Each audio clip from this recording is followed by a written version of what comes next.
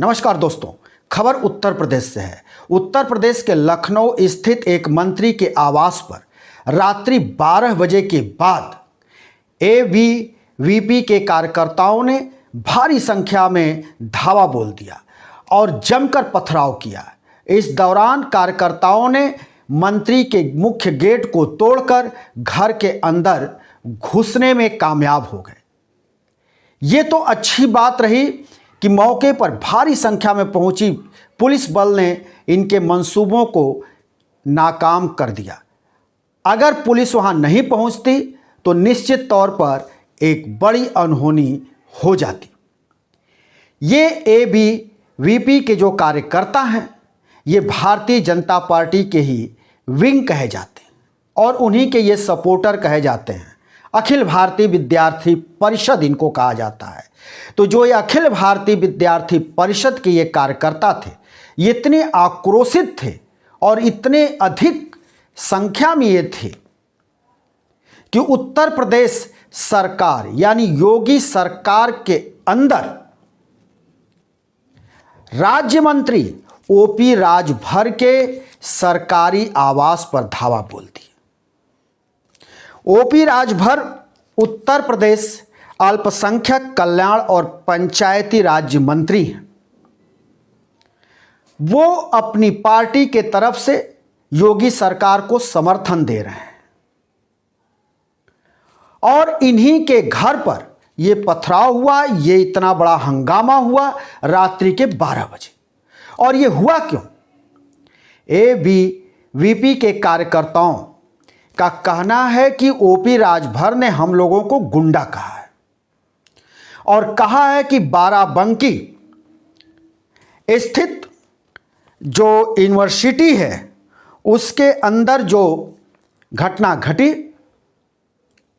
और उसको लेकर पुलिस की ओर से जो लाठी चार्ज की गई, अखिल भारतीय विद्यार्थी परिषद के कार्यकर्ताओं पर बर्बर लाठी चार्ज की गई, उसी को ओपी राजभर ने जस्टिफाई करते हुए कहा था कि बहुत अच्छा हुआ है, ये अखिल भारतीय विद्यार्थी परिषद के ये छात्र नहीं गुंडे हैं और गुंडों पर पुलिस ने जो लाठी बरसाई है ये ठीक की है। ये ओपी राजभर का कहना था, बयान था। और ओपी राजभर अक्सर अपने बयानों को लेकर विवादों में घिरे रहते हैं। तो इस बार उन्होंने अखिल भारतीय विद्यार्थी परिषद से जुड़े छात्रों और कार्यकर्ताओं पर उन्होंने इस तरह की टिप्पणी की, जिसको लेकर ये एबीवीपी के कार्यकर्ता आंदोलन पर उतारू हैं। इनका कहना है कि जब तक उत्तर प्रदेश सरकार इनको इस्तीफा नहीं दिला देती है और ये खुद इस्तीफा दे करके नहीं हटते हैं, तब तक हमारा आंदोलन जारी रहेगा। हम आंदोलन से पीछे नहीं रहेंगे। हमको इस्तीफे से इनके कम मंजूर नहीं, क्योंकि इन्होंने हमको पूरे अखिल भारतीय विद्यार्थी परिषद को गुंडा कहा है और जो लाठी चार्ज की गई उसमें हमारे कई दोस्त गंभीर रूप से घायल हुए हैं, जिसको इन्होंने जस्टिफाई किया है और कहा है कि ये ठीक किया गया है, क्योंकि अखिल भारतीय परिषद से जुड़े ये जितने लोग हैं ये छात्र नहीं हैं, ये गुंडे हैं।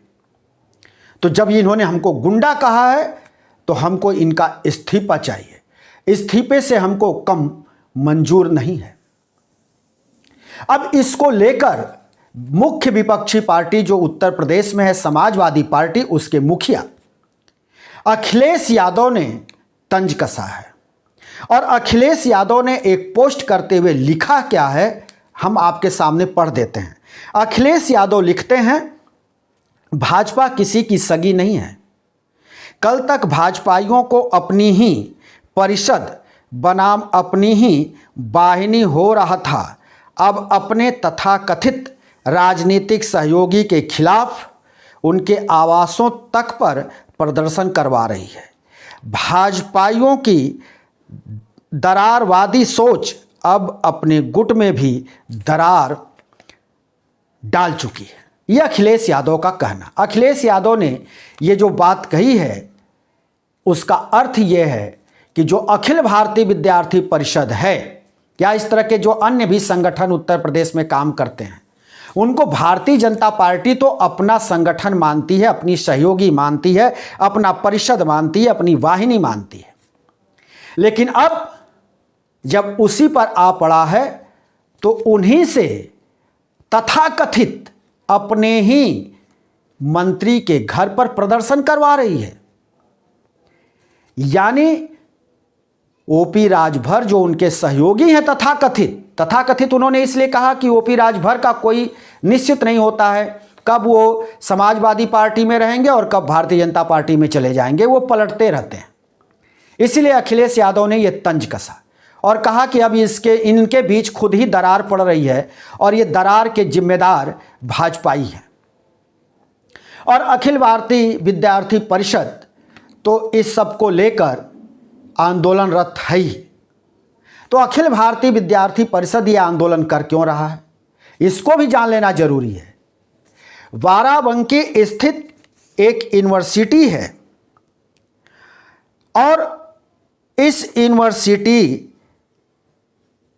में कहा जा रहा है कि एलएलबी की जो पढ़ाई कराई जा रही थी वो बगैर मान्यता की कराई जा रही थी।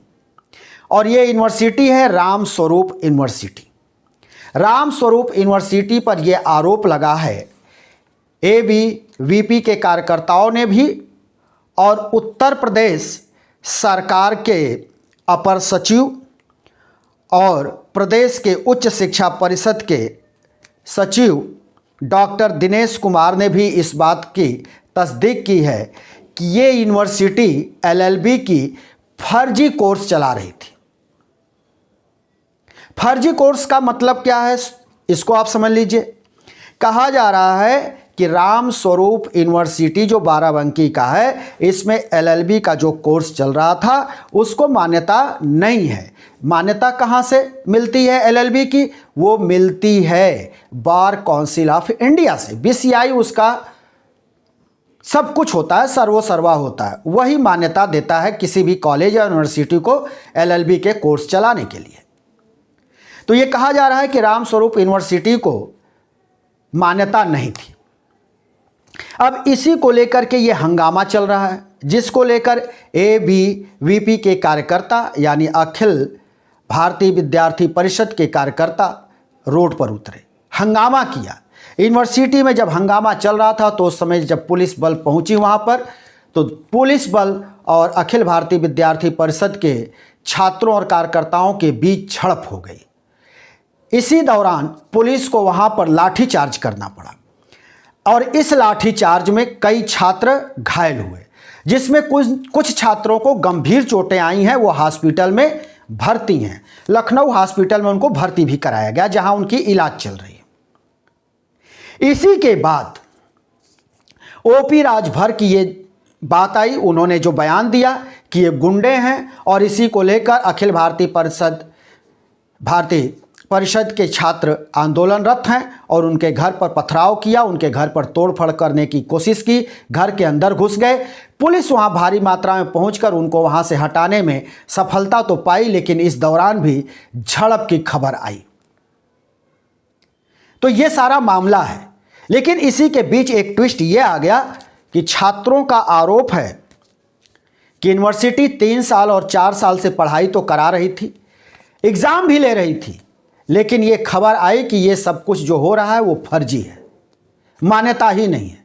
जब ये हंगामा इतना जोर पकड़ा, इतना तूल पकड़ा, तो उत्तर प्रदेश उच्च शिक्षा परिषद के अपर सचिव डॉक्टर दिनेश कुमार ने बाकायदा यूनिवर्सिटी के ऊपर एफआईआर दर्ज करा दिया, मुकदमा दर्ज करा दिया। इसी दौरान अब खबर आई है कि BCI bar council of India ने यूनिवर्सिटी को मान्यता दे दी। जब इतना ये हो हंगामा मचा है, तब ये खबर आई है कि रामस्वरूप यूनिवर्सिटी बाराबंकी को बार काउंसिल ऑफ इंडिया ने भी मान्यता की संस्तुति कर दी है। इस बात को कह दिया है कि इस यूनिवर्सिटी को मान्यता दिया जा रहा है। लेकिन उधर जो अपर सचिव हैं दिनेश कुमार, उनका कहना है कि ठीक है, यूनिवर्सिटी को मान्यता मिल गई, छात्रों का भविष्य, हजारों छात्रों का भविष्य अधर में लटक गया था, अगर उनके भविष्य के को देखते हुए बीसीआई ने ये कदम उठाया है तो ये बहुत अच्छी बात है। बीसीआई के इस कदम का स्वागत होना चाहिए। लेकिन जो ये हंगामा मचा, जो यहाँ पर आंदोलन हुए और जो बगैर अनुमति के यहाँ पर ये कोर्स चलाए जा रहे थे, इसके खिलाफ जो हमने एफआईआर कराया है, मुकदमा कराया है, वो एक अलग मामला बनता है और वो कार्रवाई जारी रहेगी। उसको अभी निरस्त नहीं किया जाएगा, वो मुकदमा निरस्त नहीं होगा, वो एफआईआर निरस्त नहीं कराया जाएगा। तो अभी यूनिवर्सिटी को मुकदमे का सामना करना होगा। लेकिन इधर जो खबर है, इस खबर को एक बड़ा मुद्दा बनाकर विपक्ष भी देख रहा है और उधर ओपी राजभर, ओम प्रकाश राजभर के बेटों ने इस पर कड़ी आपत्ति दर्ज कराई है और उनका कहना है कि ये उचित नहीं है। और इस बात पर ज़्यादा जोर दिया जा रहा है कि ये बगैर उत्तर प्रदेश सरकार यानी योगी सरकार की अनुमति का नहीं हुआ होगा, क्योंकि लखनऊ स्थित जहां पर कि योगी आदित्यनाथ खुद मौजूद होते हैं और उसी लखनऊ में वहीं पर ओपी राजभर के सरकारी आवास पर इस तरह की घटना घटे, अखिल भारतीय विद्यार्थी परिषद के छात्र वहां पहुंचें, आंदोलन करें, घर के ऊपर पथराव कर दें, एक मंत्री के घर पर पथराव करें और रात्रि 12 बजे के बाद गेट तोड़कर अंदर घुसने का प्रयास करें। यहां तक कि कई कार्यकर्ता और छात्र अंदर घुस गए थे, तोड़फोड़ भी करने की खबर है। यह संयोग रहा कि उस वक्त घर के अंदर वो नहीं प्रवेश किए। अगर वो घर के अंदर प्रवेश करते तो हो सकता है कि मंत्री जी और मंत्री के परिवार के लोग घर में मिल जाते, सोते मिल जाते, तो उनके साथ कोई अप्रिय घटना घट सकती थी। इससे इनकार नहीं किया जा सकता है, क्योंकि भीड़ जब आंदोलन करती है, जब आंदोलनरत होती है, उस दौरान जिसके खिलाफ आंदोलन करती है, अगर वो व्यक्ति दिख जाए, वो व्यक्ति सामने आ जाए, तो निश्चित तौर पर भीड़ आपा खो देती है और किसी हिंसा पर उतारू हो जाती है।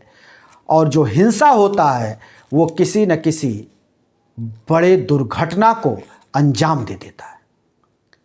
तो अब ये देखना होगा कि उत्तर प्रदेश के मुख्यमंत्री योगी आदित्यनाथ किस तरह से इस मामले को शांत कराते हैं और क्या ओम प्रकाश राजभर अब उत्तर प्रदेश सरकार में बने रहते हैं या इसको लेकर फिर कोई उनका बयान आता है। ये सब पर हमारी रहेगी नज़र और हम फिर किसी दूसरे वीडियो के साथ आपके सामने हाजिर होंगे। तब तक के लिए शिवमूर्ति दुबे को दीजिए इजाज़त।